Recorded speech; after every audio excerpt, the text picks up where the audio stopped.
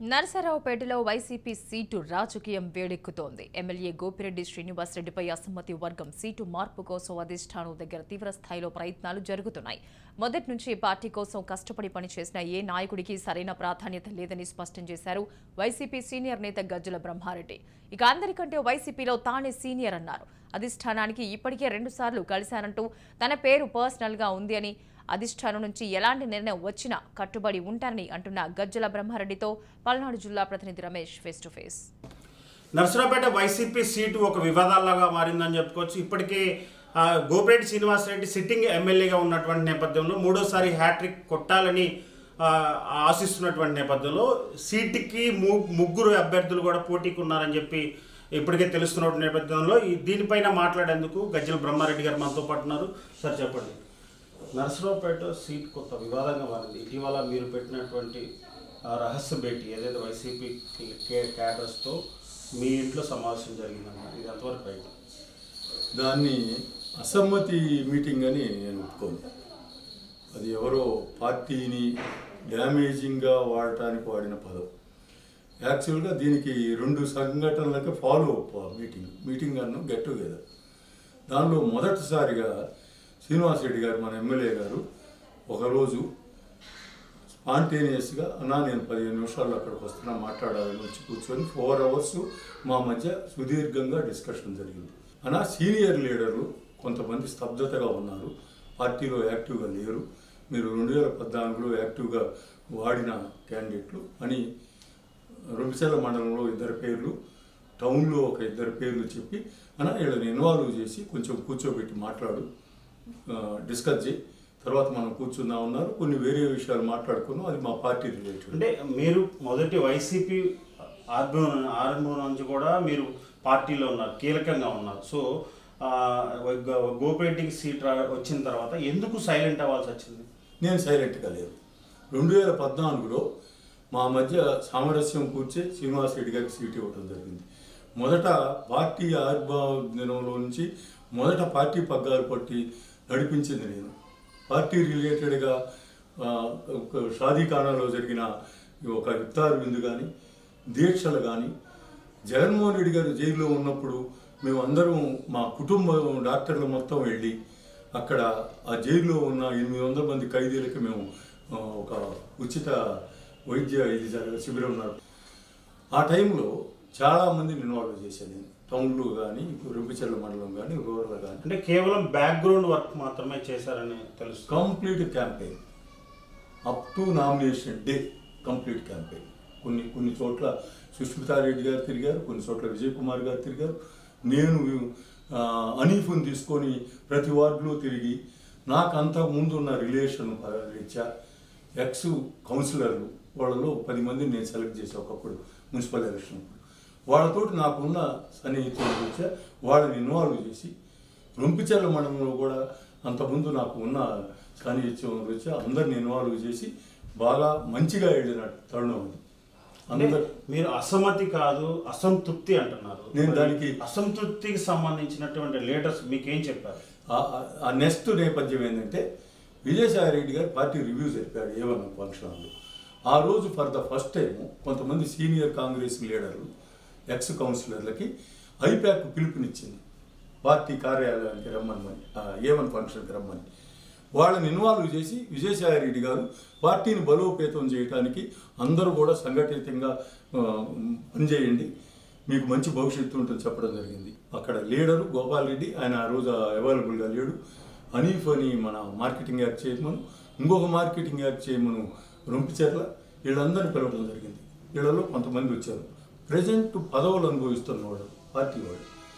ఆ రోజు జరిగిన గెట్ టుగెదర్ ఏంటంటే అట్లా అక్యూములేట్ అయ్యి ఒక ఎక్స్ మున్సిపల్ చైర్మన్, ఒక ex municipal vice chairman, 13 councillors, వాళ్లతో పాటు శ్రీనివాసరెడ్డికి అత్యంత సన్నిహితంగా ఉండే 4, ఒక బీసీ వేముల శివ అనే ఆయన, ఒక ఆయన మల్లెల అశోక్ అనే అతను, వీళ్ళందరూ వచ్చి కూర్చున్నప్పుడు ఫస్ట్ వర్డే ఇది పార్టీ మీటింగు, ఇది లైవ్గా ఎమ్మెల్యే గారికి పార్టీకి వెళ్తుంది, ఆ దృష్టిలో పెట్టుకొని మనం డిస్కషన్ జరగాలని ఒక ఇది పంపించడం జరిగింది. అందరూ కూడా వాళ్ళకి జరిగిన పరిస్థితులు, సార్ ఎమ్మెల్యే గారికి మేము గుర్తుండటం లేదు, మమ్మల్ని గుర్తుపట్టడం లేదు, మేము 2 సార్లు కౌన్సిలర్గా చేసామంటే తెలియపోవచ్చు. నేనంటే సుదీర్ఘకాలం ఉన్నా. అంటే సీనియర్స్ అయితే మీరు చెప్తున్నారు బిఫోర్ ఎలక్షన్ ముందు కపిల విజయ్ కుమార్ లాంటి కానీ మీరు కానీ ఇంకా ఇతర డాక్టర్స్ ఎంతమంది కష్టపడినటువంటి పరిస్థితి. ఎమ్మెల్యే అనారోగ్యంలో ఉన్నటువంటి నేపథ్యంలో మీరు కష్టపడి పార్టీని గెలిపించినాక సరైన ప్రాధాన్యత పెద్ద స్థాయి లీడర్స్ కూడా లభించలేదని వినిపిస్తుంది. దీన్ని ఏం చెప్తారు? నేనైతే ప్రాధాన్యత కోరుకున్నోండి కాదు. అప్పుడు నా ప్రాక్టీస్ నేను చూసుకుంటున్నా. నేను గత 1983 నుంచి పార్టీలో క్రియాశీలకంగా ఉన్నాండి. పార్టీ ఎలక్షన్లప్పుడు ఎవరు అసంతృప్తిగా ఉన్నా నాకు ట్రబుల్ షూటర్ అని పేరు. ఎవరు రకరకాల వాళ్ళు వచ్చారు. రోషయ్య గారు వచ్చారు, జనార్దన్ రెడ్డి గారు వచ్చారు, రాజమోహన్ రెడ్డి గారు వచ్చారు, బాలశివరి గారు వచ్చారు, బాలకోటి, వీళ్ళందరికీ ఇక్కడున్న నాయకులకి బయట వచ్చిన నాయకులకి సమన్వయం చేసి నేను పార్టీని సరైన గాడిలో నడిపించిన నేపథ్యం నాకుంది. నేను ఎప్పుడు అసంతృప్తిగా లోనవను. నా దగ్గరకు వచ్చిన వాళ్ళ మా భాష ఏంటంటే అసంతృప్తిగా ఉన్నారు కానీ అసమ్మతితో కాదు, అసంతృప్తితో. మాకు కొన్ని విషయాల్లో అన్యాయం జరిగింది. మాకు క్రియాశీలకంగా ప్రాధాన్యత లభించలేదు పార్టీలో. మాకు చాలామంది మేము స్తబ్దతగా ఉన్నాం. మా సర్వీసెస్ని యూటిలైజ్ చేసుకోవటం లేదు.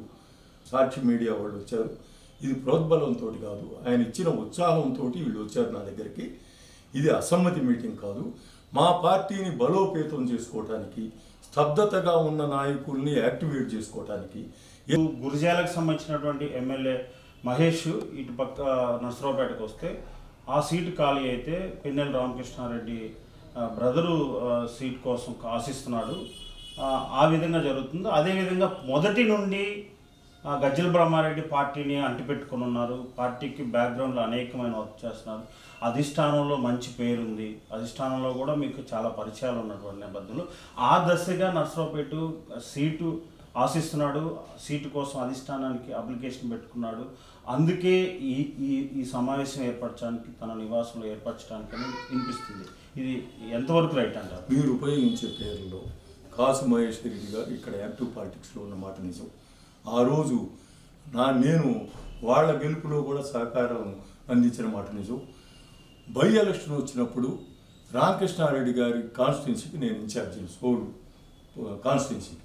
అక్కడ తిరిగిన మాట వాస్తవం. వీళ్ళందరికంటే నేను సీనియర్ అనుకుంటున్నాను. నేను అమాయకుడిని కాదు, అనామకుడిని కాదు. నా క్లెయిమ్స్ నాకున్నాయి. నేను చేసిన సర్వీస్కి రాజకీయ పరంగా కానీ 1983లో మా మామయ్య ఇక్కడ కాంగ్రెస్గా నిలబడ్డాడు క్యాండిడేట్గా, ఫస్ట్ తెలుగుదేశం ఆవిర్భావంలో. మా బ్రదర్ ఒక 5 సంవత్సరాలు విలేజ్ సర్పంచ్గా చేశాడు. 50 సంవత్సరాల రాజకీయ అనుభవం మా బ్రదర్కి ఉంది. 40 సంవత్సరాల అనుభవం ఉంది. మా కుటుంబంలో నేను 35 సంవత్సరాలు వైద్య సేవలో, ప్రజాసేవలో ఉన్నా. నా కొడుకు సుధీర్ భార్గవ్ రెడ్డి 12 సంవత్సరాల నుంచి వైద్య సేవలో ఉన్నాడు. నా కోడలు డాక్టర్ ప్రియాంక అని వైద్య సేవలో ఉన్నారు. మా అన్నయ్య కుటుంబం 4 వైద్య సేవలో ఉన్నారు. మా బంధువు అయిన రామలింగారెడ్డి గారి కుటుంబంలో 4 వైద్య సేవలో ఉన్నారు. మాకు సఫిషియంట్ బ్యాక్గ్రౌండ్ ఉంది, మాకు స్తోమత ఉంది, నేను అనుభవం ఉంది, నేను అర్హుండని నేను భావిస్తున్నా. నేను ఆ క్లెయిమ్లో ఉన్నా. కానీ జగన్మోహన్ రెడ్డి గారి నాయకత్వంలో, విజయసాయిరెడ్డి గారి యొక్క నేతృత్వంలో పార్టీ ఆదేశం ఏదన్నా ఇస్తే గీత దాటకుండా within the framework of party guidelines నేను సిద్ధంగా ఉన్నా, ఏదైనా చేసి పెట్టాను. అంటే ఇటీవల ఏదైతే మరి మొన్న సామాజిక సాధికారత బస్సు యాత్రలో బిఫోర్ కూడా విజయసాయిరెడ్డి A1 ఫంక్షన్ హాల్లో మీటింగ్ పెట్టారు. ఇక్కడ ఉన్నటువంటి డాక్టర్స్ మొత్తాన్ని కూడా మీరు బ్యాక్గ్రౌండ్ నుండి ఏకం చేసి కూడా అక్కడ మీటింగ్ ఏర్పాటు చేయాలి. ఆ మీటింగ్లో ఎమ్మెల్యే సీటు ఖచ్చితంగా గోపిరెడ్డికే ఇస్తున్నారు. మీరు అందరూ ఆయనకు సపోర్ట్ చేయాలి, డాక్టర్ గోపిరెడ్డిని గెలిపించుకోవాలని ప్రకటించాడని చెప్పి వస్తుంది. ఇది ఎంతవరకు రైట్ అంటారు? మేము 8 మంది ఫ్యామిలీ మెంబర్స్ ఉన్నాం అక్కడ. నా కొడుకు, కోడలు, నా భార్య, మా సిస్టరు సరస్వతి, రామలింగారెడ్డి. మాకైతే ఆ మాట వినపడలేదు. వైఎస్ఆర్సీపీని గెలిపించడం అన్న మాట మేము విన్నాం, కానీ అట్లా పేరు పెట్టి చెప్పిన మాట నాకు వినపడలే, నేను వినలే. నేనైతే పార్టీ సీటు కంటెస్ట్లో ఉన్నాను. అది అధిష్టానం ఆదేశిస్తే, అధిష్టానం కనుసనల్లోనే మిలిగేవాడిని. నేను ఏ రోజు పార్టీకి ధిక్కరించి నేను రాజశేఖర రెడ్డి గారి ఫాలోవర్గా ఉన్నాను. ఫాలోడ్ బై జగన్మోహన్ రెడ్డి గారు ఫాలో ఉన్నారు. వాళ్ళ కుటుంబానికి నేను అత్యంత భక్తుణ్ణి. నేను ఒక మాటలో చెప్పాలంటే వాళ్ళ గీట దాటి ఇప్పుడు ఇక్కడ రీజనల్ కోఆర్డినేటర్ విజయసాయి రెడ్డి గారు చాలా సామర్థ్యవంతంగా పార్టీని నడుపుతున్నారు. ఆయన నేతృత్వంలో నాకు ఏది ఆదేశిస్తే అది నా దీనిలో నేను చేయగలను. అంటే వచ్చిన వాళ్ళ మీద టార్గెట్ చేయటం, లేనిపోని సోషల్ మీడియాలో బెదిరింపు కాల్స్ చేయటం, అది పార్టీకి నష్టం. అది జరగకూడదని నేను శ్రీనివాసరెడ్డి గారికి చెప్పాను. శ్రీనివాసరెడ్డి గారు కూడా నేను చెప్తున్నానన్నా కొన్ని మన కంట్రోల్లో లేదన్నారు. అట్లాంటివి జరిగితే నా దగ్గరకు వచ్చేవారన్నా ఒక బాధ వినిపించుకుంటే వాళ్ళు ఏమన్నా టార్గెట్ అయితే వాళ్ళని రక్షించుకునే అంత సమర్థత నాకుంది. వాళ్ళకి ఎట్టి అన్యాయం కానీ ఎట్టి బాధ కానీ కలగకుండా సమర్థవంతంగా వాళ్ళని ఒక తాటి మీద నడిపించే ఇది ఉంది. ఈ ఎవరిన మానుకోమని నేను చెప్తాను. థ్యాంక్స్. ఇది పరిస్థితి. మొత్తంగా చూసుకుంటే నరసరావుపేట రాజకీయాల్లో సీటు మార్పు అనేది కూడా ఒక వివాదంగా మారినటువంటి నేపథ్యంలో దానికి పూర్తిగా క్లారిటీ ఇచ్చినటువంటి పరిస్థితి అయితే కనబడుతుంది.